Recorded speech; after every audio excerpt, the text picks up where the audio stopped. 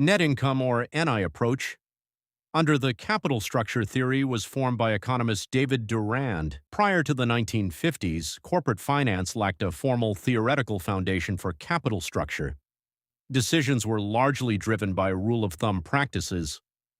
However, as corporate borrowing surged during the post-World War II boom, managers realized that replacing expensive equity with cheaper debt raised shareholder returns without depressing stock prices. To bring academic rigor to this phenomenon, economist David Durand published a landmark paper in 1952. His primary goals were threefold. First, to establish a formal valuation framework between debt and equity mix. Second, to quantify the cost of capital as leverage shifts. And third, to evaluate how investor risk perceptions react to increasing financial debt.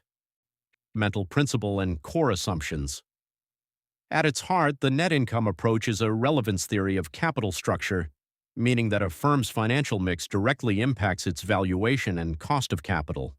The central idea relies on three main assumptions. Debt is cheaper than equity. Debt holders assume lower risk and hold priority claims on firm assets. Constant cost rates.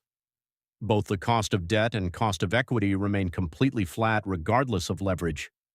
Equity investors do not demand a higher risk premium as debt increases.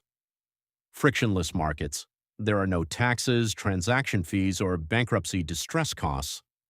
Under these conditions, replacing high-cost equity with low-cost debt continuously pulls down the overall weighted average cost of capital while pushing up total enterprise value.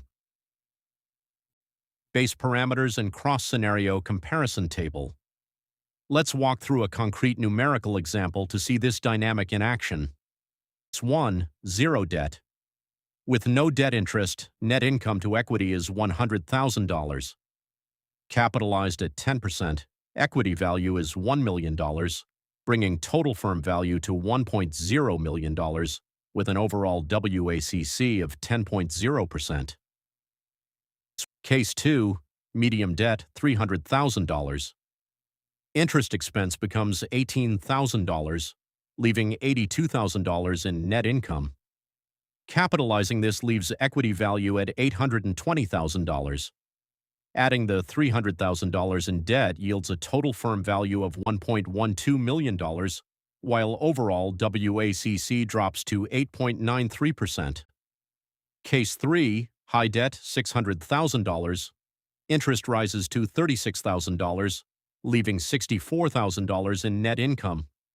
Equity value shifts to $640,000.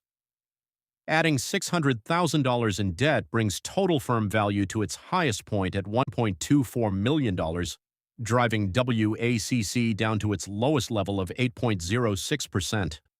Conclusions and core insight summary. Value creation. By replacing 10% equity financing with 6% debt financing, the firm increases total enterprise value by $240,000, a 24% gain, simply through financial structuring. Optimal point. Theoretically, under David Durand's net income framework, the optimal capital structure is achieved at 100% debt financing. While modern finance introduces real-world constraints like bankruptcy risk and taxes, the net income approach remains a vital baseline for understanding leverage dynamics. Thank you.